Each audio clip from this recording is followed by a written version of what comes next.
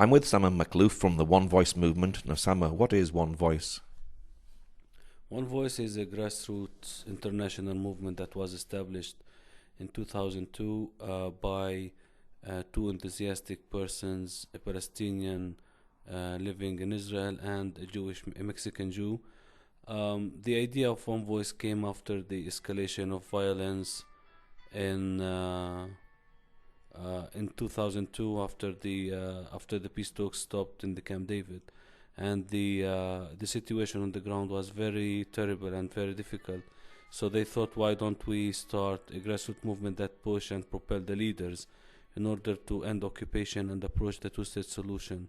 The structure of One Voice is mainly depends on youth, and we work in parallel in Israel and in Palestine. So you in One Voice are basically Palestinians and Israelis together?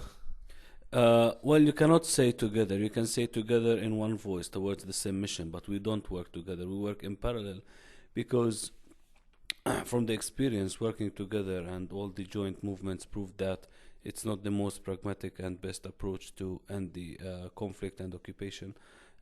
We have the same mission and the same goals, somehow the same approaches to end the conflict and to change our society. So we work for the Palestinians, with the Palestinians in Palestine, in order to get as much people as we can behind us to establish a Palestinian state on 67. We consider the work that we do. We are coming from a very nationalistic perspective and point of view, and we consider that it is a national interest for the Palestinians to do so. For the Israelis, they have their own reasons, and they consider themselves also nationalists, and they work towards, ending the occupation and having a better future for their sons and for their families. Each one, come from a different, see the things from a different angle, but we approach together towards the same goal. So since we were established, with some, few changes happened, but now we can say that we work in parallel, and the issue is that it's not jointly. Now, you're working for a two-state solution. How can Israel talk with a group like Hamas, which represents a percentage of the Palestinians, but at the same time they want to see the destruction of Israel? How do you deal with something like that? Well, let me tell you something. We are in a conflict that is 100 years old, and Fatah before that used to have the same thing, and Israel used to consider Fatah as a terrorist group, and how can we speak to them? And now look at us, 20 years after the signing the Oslo Agreement, and we're still talking. But you have to look at also from the other side. We consider many Israelis and many actions committed by Israel as terrorist actions. So this brings me to the principle of who's a terrorist and what is a terrorist. Someone's terrorist is someone else's freedom fighter. I disagree with many of what Hamas say. I don't say that I agree with everything. I don't support them, but Hamas are part of the Palestinian society, and we need to deal with this reality. Hamas is an Islamic pragmatic group, and they showed and sent so many indicators and signals that they are willing to negotiate, but we cannot ask them, for example, to give free recognition to Israel while they get nothing. From the experience, the PLO in 1993 recognized Israel, and now after 22 years we do not get a recognition back from the Israelis. And also, I don't like to compare, but we are looking at the Israeli coalition now, and we have people that I call even fascist, that they want to transfer all the Palestinians. Look at the price tag that are supported by many Israeli politicians. Look at Naftali Bennett, who's crazy. Even the Israelis, they consider him, crazy and racist. So it's a conflict, and I don't expect in this conflict, in this bloody conflict, people to send flowers to each other. And what sort of thing do you do in conflict resolution? Mainly, we try as much as we can to align the forces within the Palestinian society so we can have one Palestinian national strategy to deal with the occupation, because unfortunately we do not have, at the moment, we do not have one Palestinian national strategy that will allow us to deal with the issue of the occupation. For example, in One Voice, like many other groups now, we consider that the best and the most pragmatic approach to deal with the occupation is through nonviolence.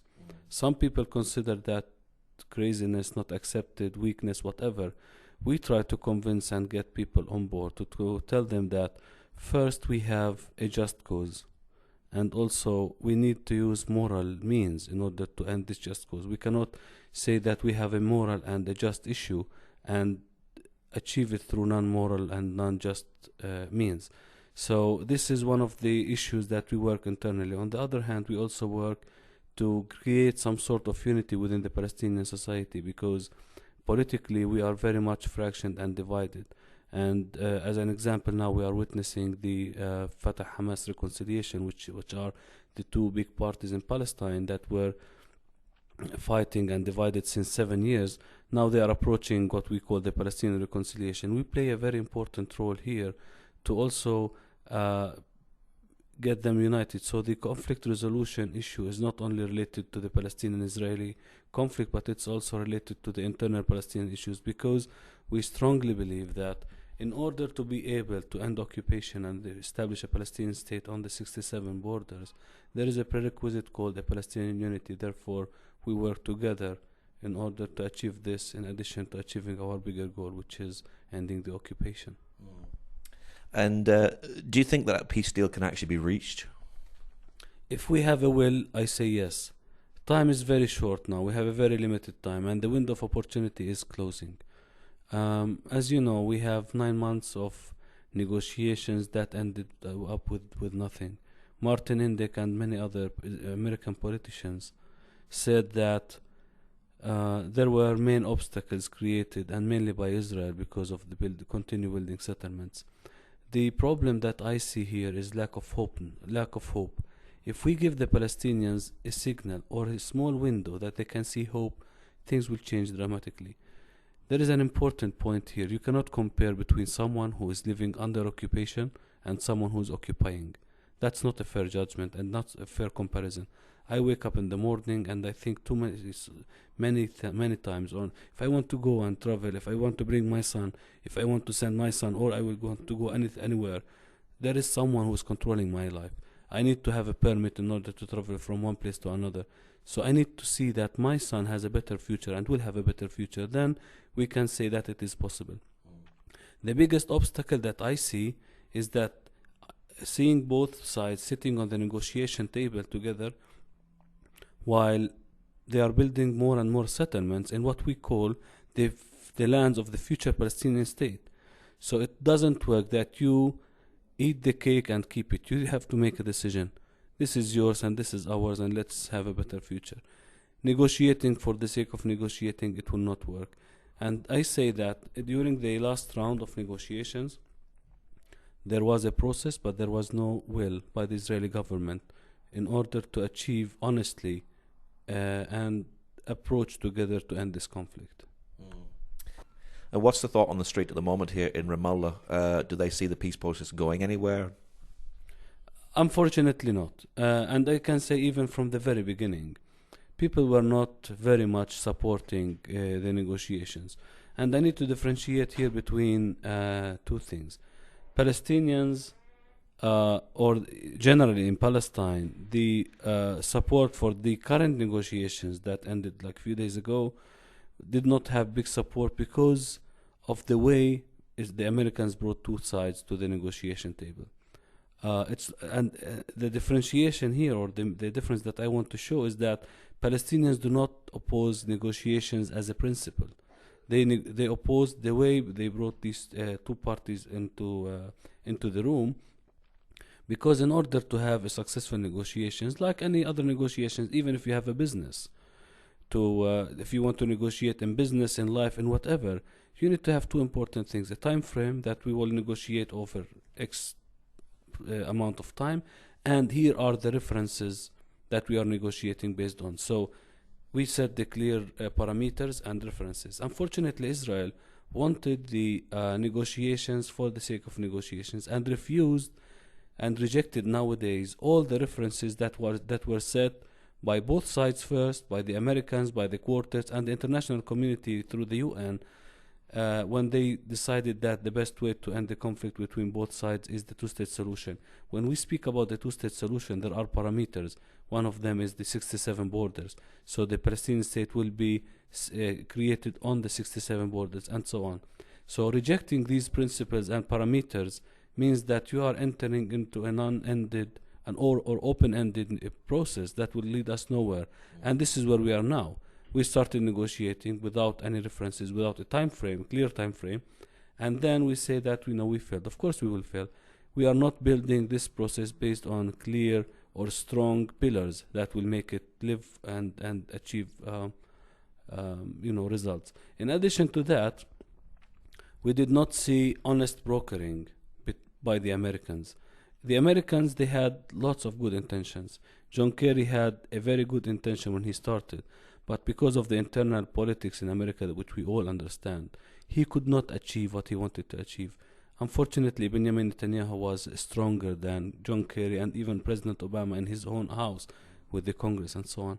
So if you consider all these circumstances, the process did not work. And that's why the Palestinians, by the way, are very involved in politics, and they can read things and they can understand these politics and these complications very well. Therefore, they were from the very beginning not very much hopeful that there will be a breakthrough.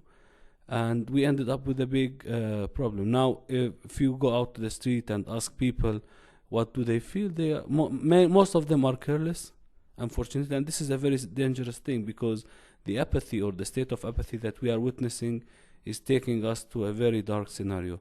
And I can see the same situation in Israel, because the majority of the Israelis think that they are fine, there are no attacks, there are nothing, and they just ignore what's behind this separation wall and annexation wall, and they try to pretend that there are no Palestinian people living under the military occupation and control.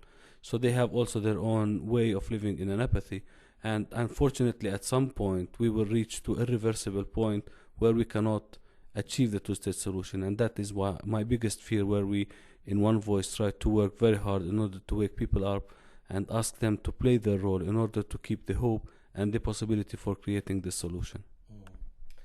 Do you think there's been a lot of hatred and demonization from both sides in the conflict?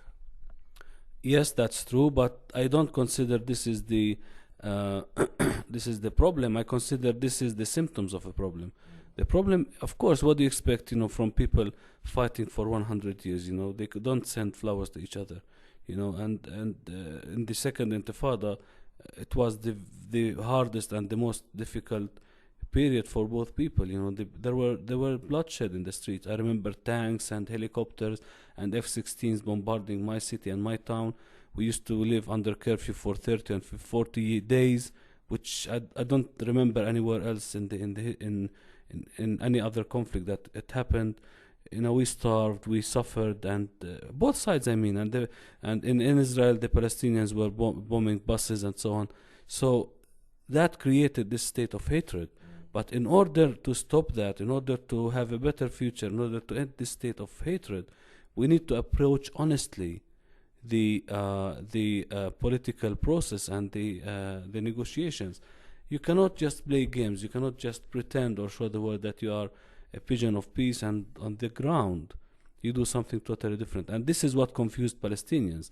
On one hand, we see the news in the morning that Saeb Erekat, who is the chief Palestinian negotiator, and Tzipi Livni, which is also the chief Israeli negotiator, sitting in a room discussing the borders issue. And we see Israel building a new settlement in the borders that they are discussing. That is sending the Palestinians a very conflicting signals that are we really going to end this hatred? Are we really willing to end this state of hatred, or are we just playing games in order to show the whole world that things are fine and reduce the pressure on the government of Israel? And before a two-state solution can exist, does the Palestinian government need to deal with its own corruption? I really like this question. By the way, the Palestinians, no one can deny that we used to have a lot of corruption, and I personally used to work as a volunteer and as an activist, a youth activist, against this, because in order to to build the institutions of the Palestinian state, in order to put the name of Palestine among other nations, you need to have a very strong and transparent system and economy and state. Now, in 2006, 2007, after the second Intifada stopped, we had a very brave and intelligent man called Salam Fayyad. And this prime minister created a new system, and he put a very concrete and strong system to fight corruption. I don't claim that we have zero corruption, because that does not exist in any country in the world, but I can say that we reduced most, like to a big extent, the state of corruption in Palestine. And now you can see that policemen, even ministers, taken to jail and to court because of, misrepresenting their position, or because of corruption and so on. I don't remember seeing in any other Arab state that there were ministers taken to court, but it happened in Palestine. And we have a very strong anti-corruption committee that are still investigating anything that they have.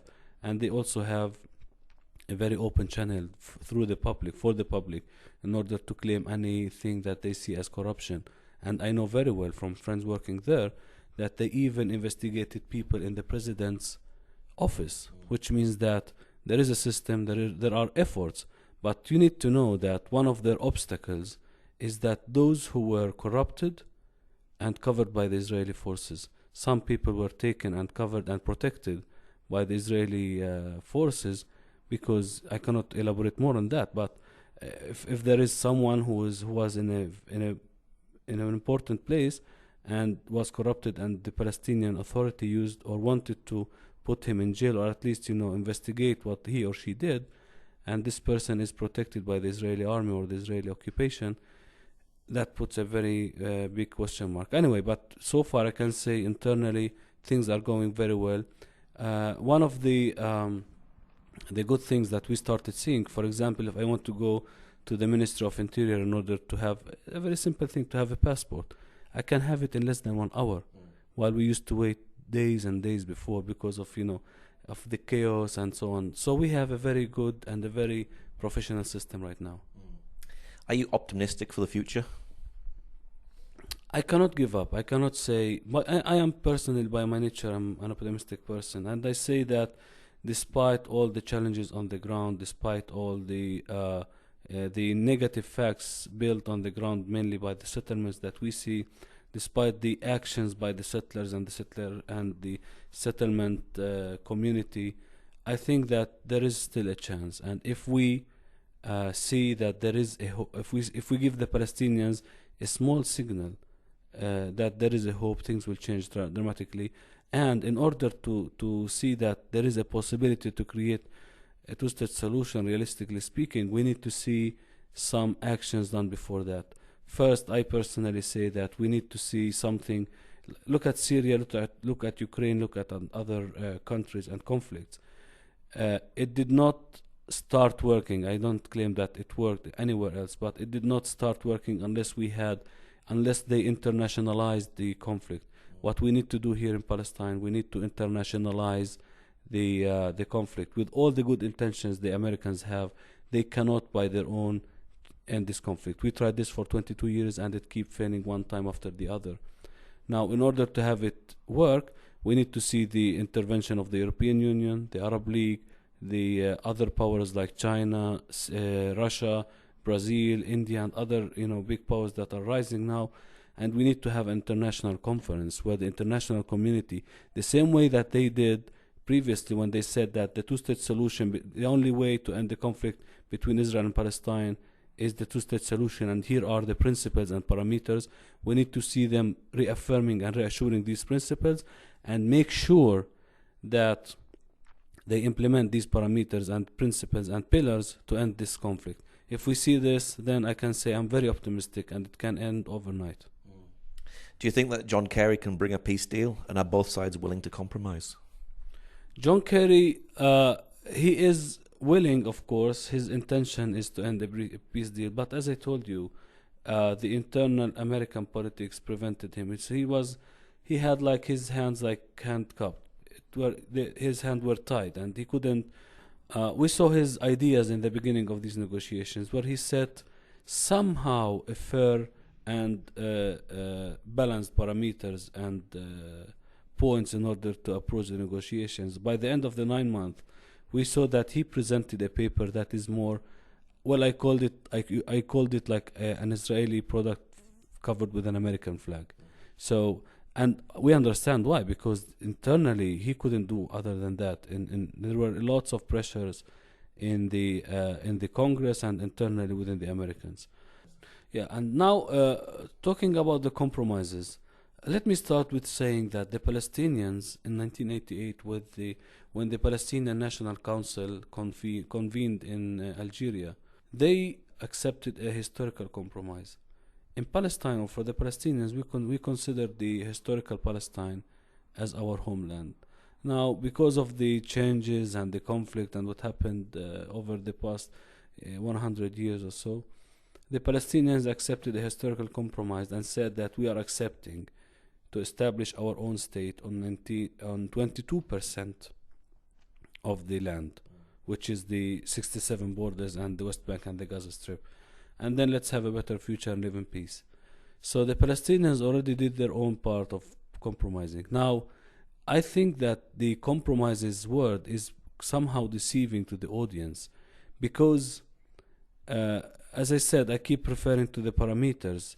So when we say we want to establish a two-state solution and a Palestinian state, there are things that we all agree on and we all know. So you cannot say that we have a two-state solution without 67 borders.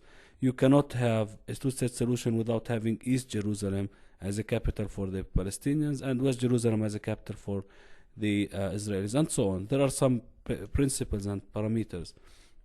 Now, Israel is asking the Palestinians to compromise the compromised. So every time we go into another round of negotiations, they are asking us to compromise more until we ended up with having almost nothing. So they want to give us a whatever entity, and they said you can call it a state or empire, whatever.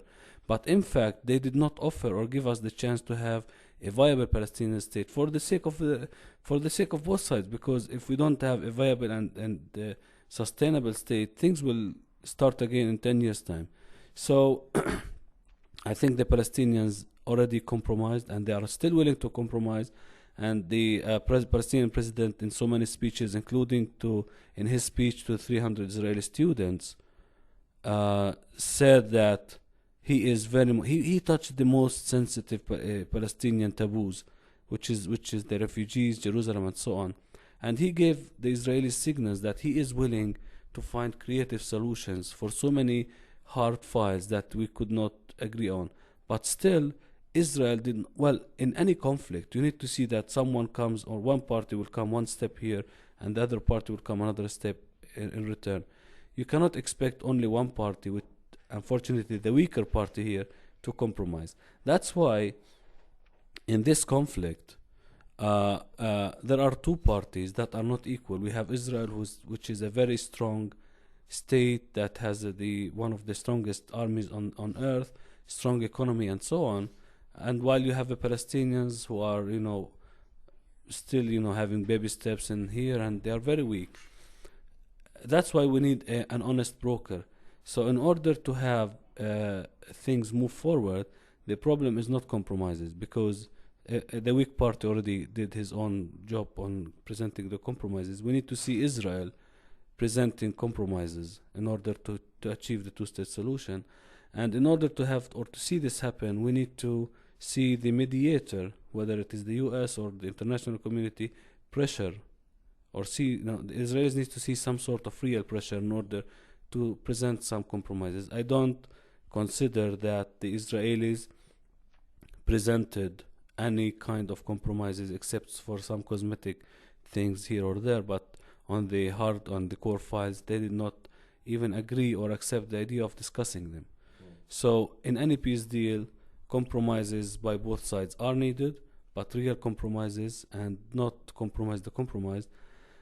And also we need to see that there is the mediator. We need to see both sides really willing to approach and to see a different future and a better future. And we need to see the mediator putting, the lines and the rules for these negotiations. Now, you are a Palestinian Christian. Are there many Palestinian Christians here in Ramallah? And are you from Ramallah itself? I am from Ramallah, from a village to the north of Ramallah, 10 minutes by car.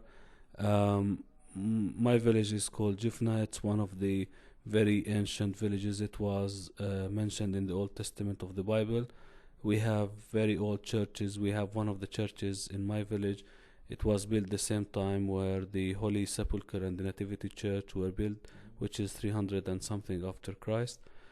In Ramallah, Ramallah used to be a Christian town, by the way, but because of the conflict and because of the difficult situations here, the Palestinian Christians used to immigrate.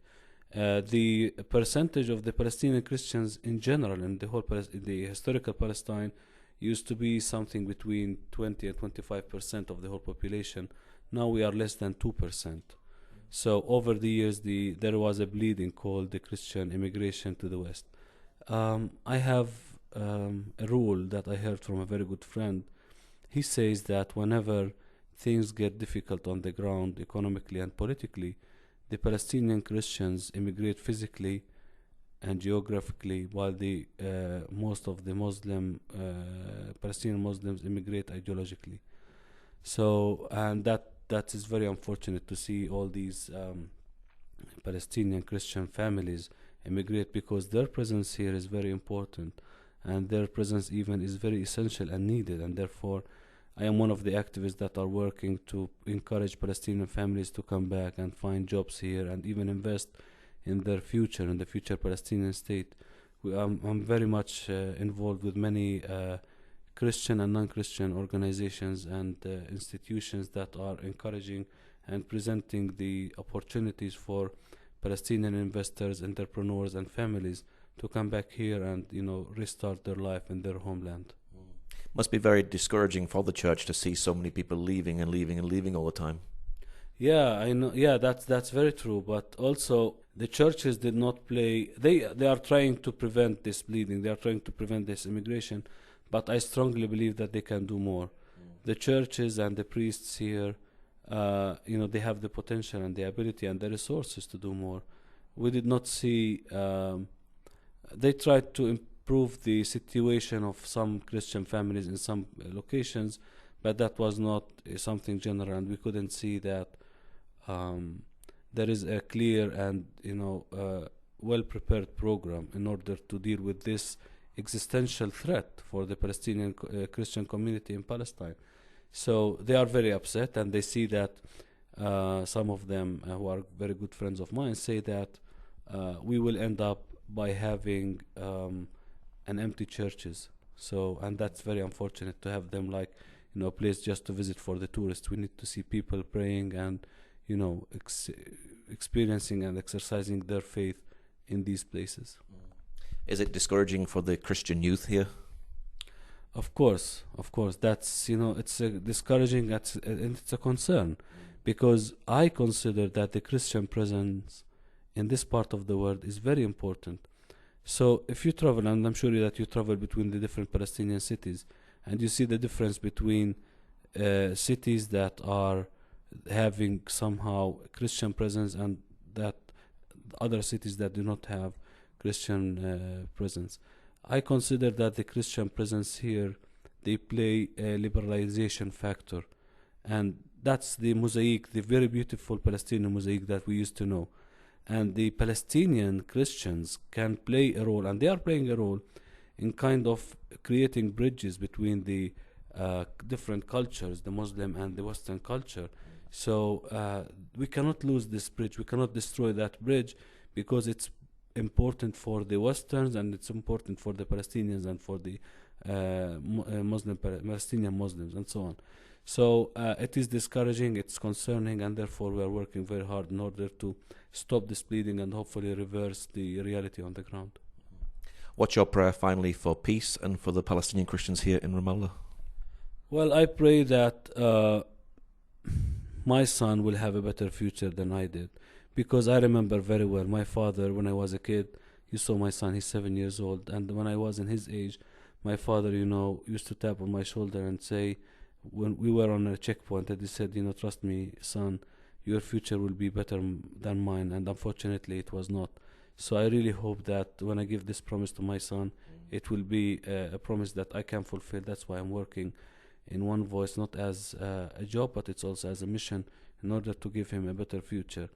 And for the Christians, I really pray that the Christian families and youth mainly, that they reconsider their presence in the diaspora and come back here, because in order to have a Palestinian independent, liberal, democratic state, we need them back here, and we need them to help us building the Palestinian institutions and create the de facto Palestinian state, and that will enhance the chances of peace. And what's your website for people who'd like to know more? We have a website. We have three different websites, but I'm going to give you the Palestinian website. It's onevoice.ps. Okay, Sama, thank you very much. Thank you.